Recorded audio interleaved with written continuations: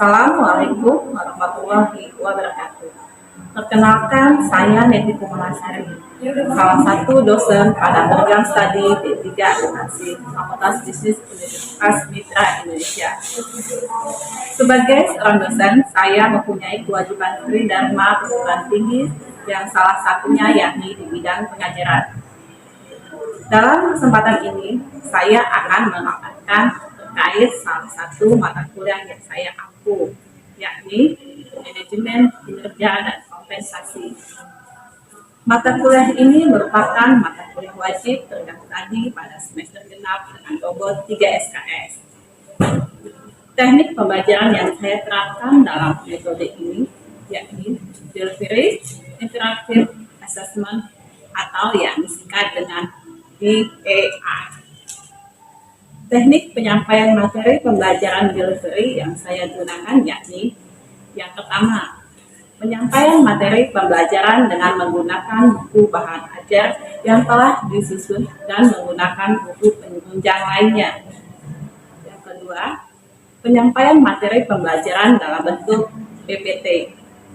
Dan yang ketiga, penyampaian materi pembelajaran menggunakan video pembelajaran yang dapat memuat kasus terkini yang berkaitan dengan materi pembelajaran.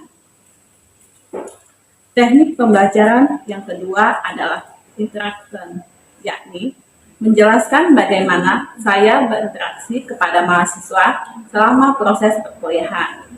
Interaksi yang saya lakukan secara hibrid learning, yakni perpaduan antara daring dan luring, di antaranya yang pertama, metode tanya jawab. Saya membiasakan mahasiswa untuk aktif di kelas dengan cara mahasiswa bertanya selesai penjelasan materi perkuliahan dan memberikan pertanyaan terkait materi pembelajaran sehingga terjadilah interaksi interaktif selama perkuliahan. Yang kedua, diskusi kelas. Mahasiswa berkelompok mendiskusikan permasalahan atau kasus yang saya berikan sehingga terbentuk suasana kelas yang efektif. Yang ketiga, terkait dengan asesmen. Teknik penilaian yang saya lakukan melalui pemberian tugas, instruktur seperti kuis, studi kasus, presentasi, UTS, UAS, guna mengukur kemampuan mahasiswa dalam menerima materi pembelajaran secara objektif.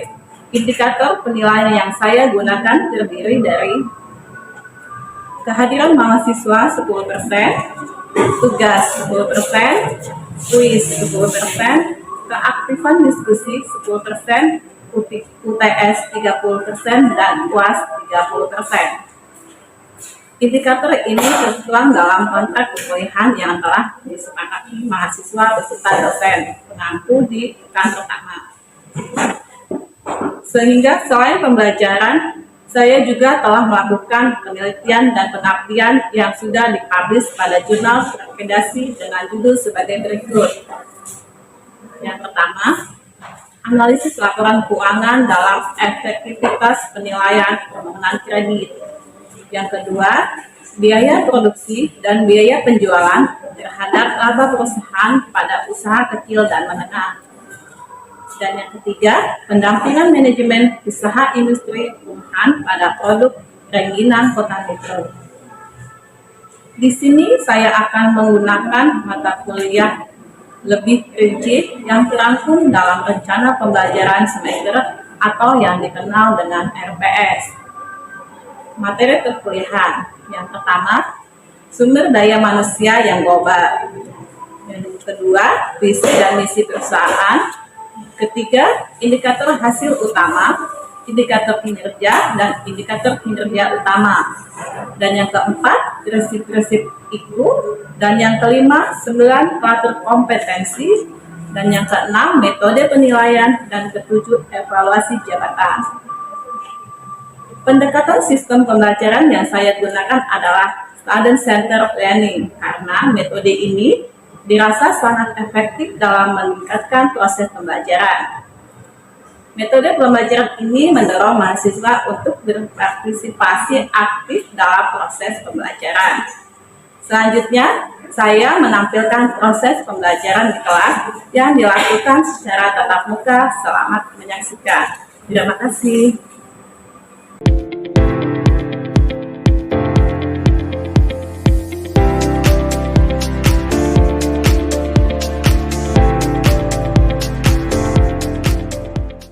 Assalamualaikum warahmatullahi wabarakatuh. Selamat siang. Apakah keadaan sehat? Sebelum dimulai perkuliahan selanjutnya, alangkah baiknya kita berdoa terlebih dahulu. Berdoa sesuai dengan kepercayaan kita masing-masing ya. Berdoa mulai. Berdoa selesai. Minggu lalu kita telah membahas tentang proses manajemen. Apakah kalian masih ada paham tentang masalah proses manajemen? Oke, siapa namanya? Apa itu? Yang pertama ada perencanaan, yang kedua ada kontrol, yang ketiga ada pengkajian, yang keempat ada penghargaan. Oke, masih paham lah ya. Yang pertama adalah perencanaan. Perencanaan itu adalah merencanakan sesuatu. Apabila kita melaksanakan pekerjaan, kita harus merencanakan apa sih yang kita kerjakan nantinya. Terus yang kedua, kontrol itu tugas atasan mengontrol kerjaan kita. Bagaimana sih kerjaan kita selesai dengan tepat waktu atau terhambat, apa masalahnya, kan harus gitu kan ya. Dan yang ketiga, pengkajian. Dan dikaji ulang apa yang masalah kita yang kita alami, kendala yang kita alami selama pekerjaan kita. Dan yang keempat, penghargaan itu biasanya diberikan oleh pimpinan. Apa sih bentuk penghargaan itu? Ya, pertama bisa motivasi dari pimpinan ke bawahan, terus dikasih reward apa dalam bentuk apa, dikasih kompensasi, itulah salah satunya ya. Untuk sebelum itu melanjutkan untuk pertemuan selanjutnya, ini adalah penilaian kinerja karyawan. Definisi kinerja.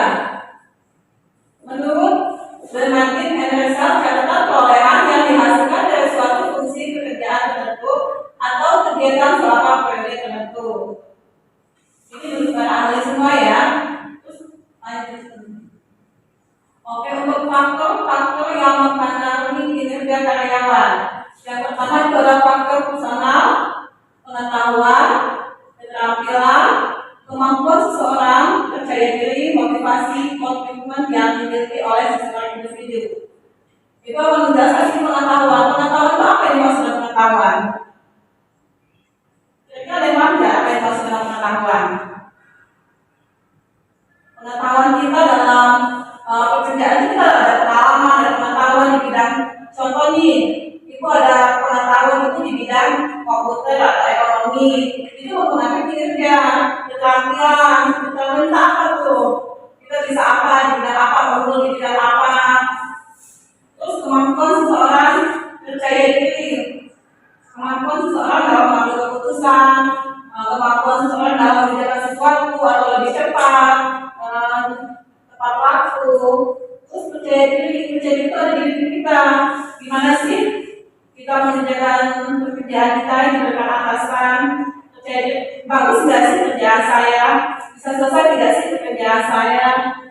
Terus motivasi, komitmen yang dimiliki oleh seseorang individu. Motivasi. Untuk yang kedua adalah faktor kepemimpinan. Itu meliputi kualitas pemimpin dalam memberikan dorongan, semangat, arahan, petunjuk, dukungan yang diberikan oleh manajer dan manajemen tim. Yang kedua ini faktor pemimpin. Otomatis kinerja karyawan itu dipengaruhi oleh atasan, kualitas pemimpin, di mana pemimpin kita memberikan motivasi, dorongan, semangat, itu mempengaruhi kinerja. Contoh nih ya, kita kerja di suatu perusahaan atau suatu PT. Kalau kita mempunyai pemimpin itu masa bodoh, istilah katanya kan, tidak peduli dengan pekerjaan kita, otomatis kinerja kita di mana? Baik atau tepat waktu atau gimana? Itu Itulah ya. Jadi faktor pemimpin juga berpengaruh dalam kinerja. Untuk yang ketiga adalah faktor kelompok. Faktor kelompok itu kualitas, dukungan, dan semangat.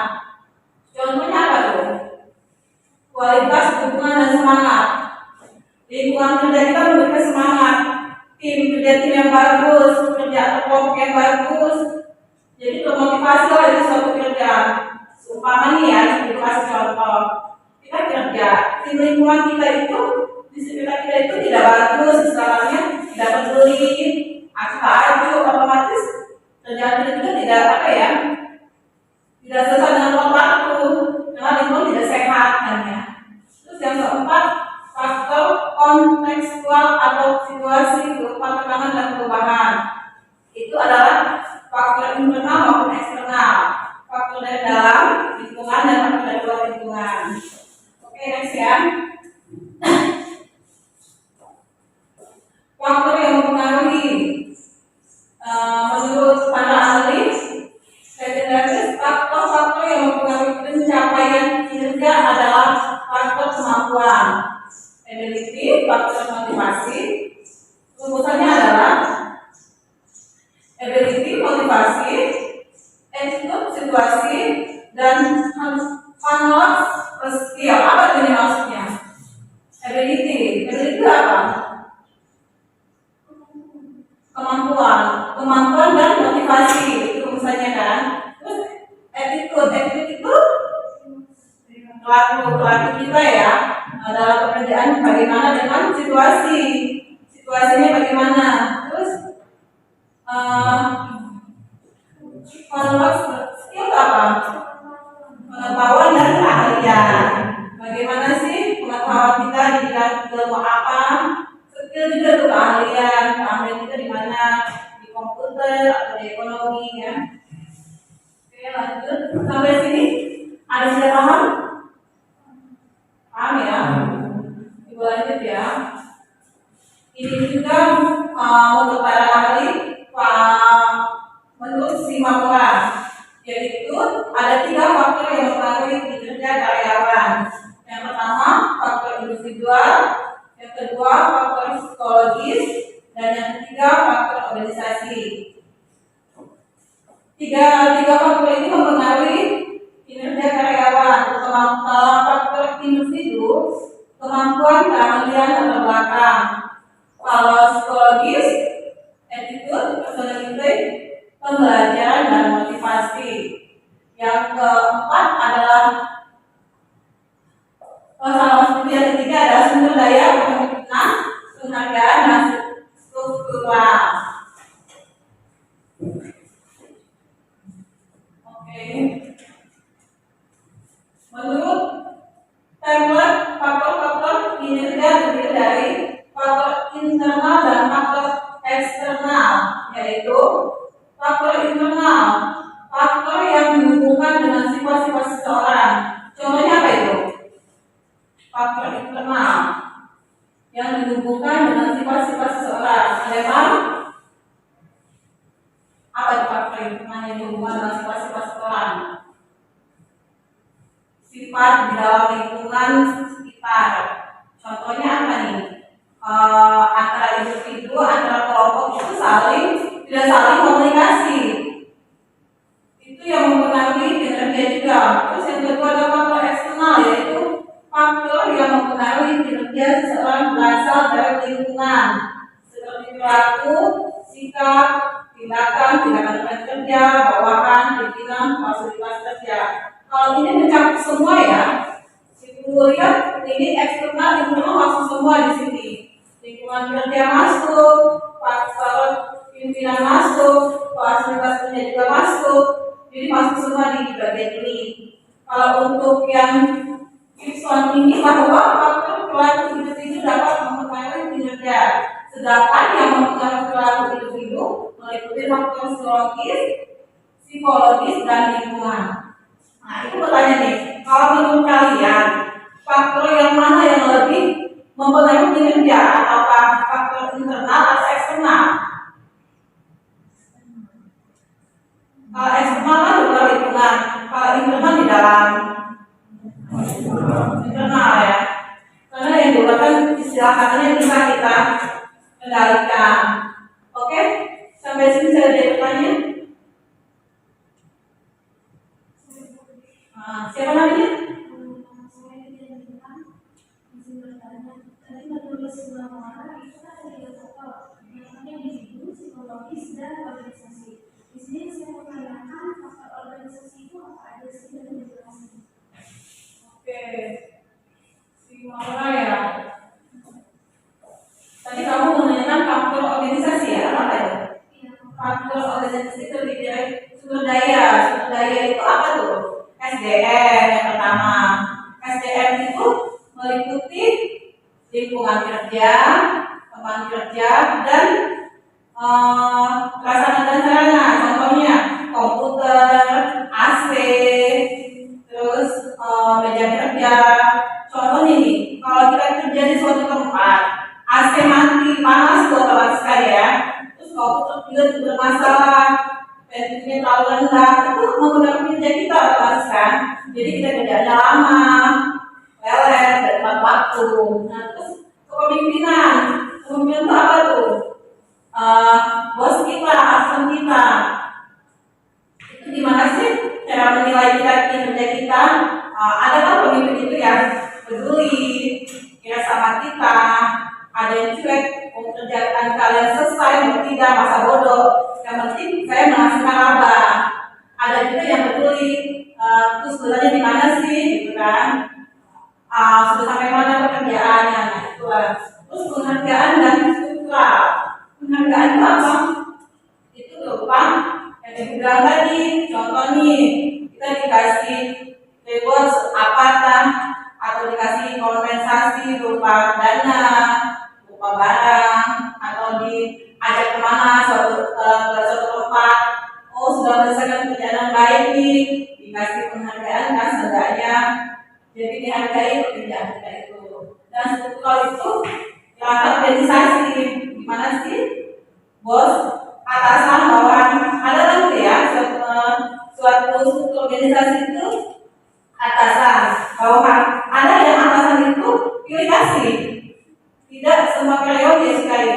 Dia hanya memilih. Jadi dia hanya apa sih maksudnya satu tempat aja, dia nggak semua di lingkungan itu dia sukai. Jadi dia memilih yang aja, jadi dia memperhatikan yang dia sukai saja. Terus yang tidak dia sukai tidak begitu dipedulikan. Oke?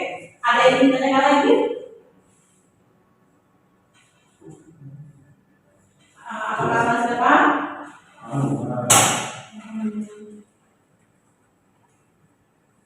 Ini ibu akan menjelaskan lanjut ya.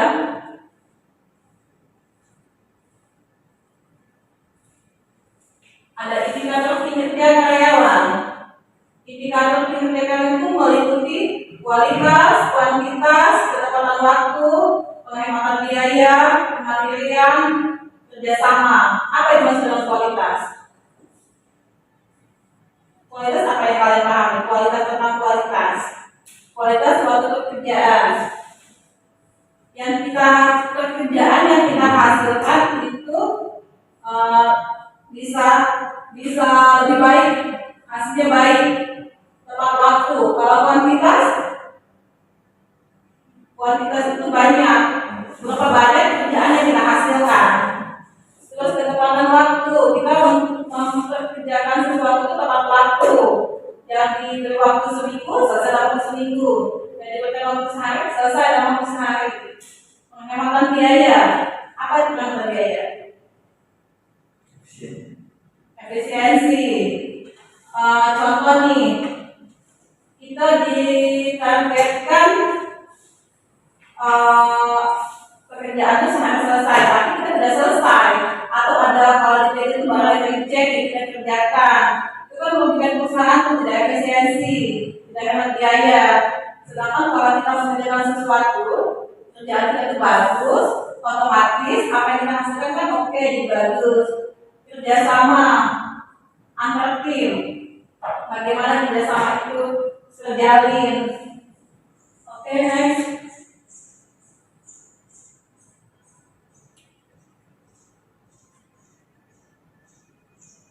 Yang terakhir adalah tujuan tujuan penilaian kinerja. Yang pertama, meningkatkan saling pengertian antara karyawan tentang persyaratan kerja. Ini meningkatkan saling pengertian antara tim, saling mengerti. Yang kedua, mencatat dan mengakui kerja seorang karyawan sehingga termotivasi untuk berbuat yang lebih baik. Untuk motivasi antar tim, bagaimana motivasi itu terjalin. Yang ketiga adalah memberikan peluang kepada karyawan untuk berdiskusi keinginan apa sih yang maunya karyawan itu. Meningkatkan kepedulian terhadap kerjaan yang banyak sekarang. Meningkatkan kepedulian terhadap tim, bagaimana peduli lingkungan kita. Terus yang keempat, mendefinisikan atau merumuskan kembali sasaran masa depan. Kita lihat kembali apa sih tujuan kita. Terus yang kelima, memeriksa rencana pelaksanaan pengembangan sesuai dengan kebutuhan pelatih. Rencana apa yang kita mau laksanakan ke depannya, bagaimana kebutuhan PT itu bagaimana untuk ke depannya. Jadi kita memperbaiki kinerja. Oke, cukup sekian materi dari Ibu. Ada yang kurang paham bisa ditanyakan. Saya mau nanya pencapaian kinerja itu seperti apa? Penyampaian kinerja itu seperti apa sih gitu kan ya? Penyampaian kalau kita kerja tepat waktu, dikasih waktu yang sudah tadi dikasih waktu seminggu atau sehari, kita kerjanya selesai. Selesai itu dalam arti kata selesai tapi oke, jangan selesai tapi selesai saja, maksudnya tidak menghasilkan. Selesai sesuai dengan target dan menghasilkan, itu namanya yang sesuai dengan pencapaian. Sampai di sini ada yang ditanyakan? Cukup, oke. Baiknya untuk tutup perkuliahan kita. Sampai ketemu lagi minggu besok. Wassalamualaikum warahmatullahi wabarakatuh. Waalaikumsalam warahmatullahi wabarakatuh.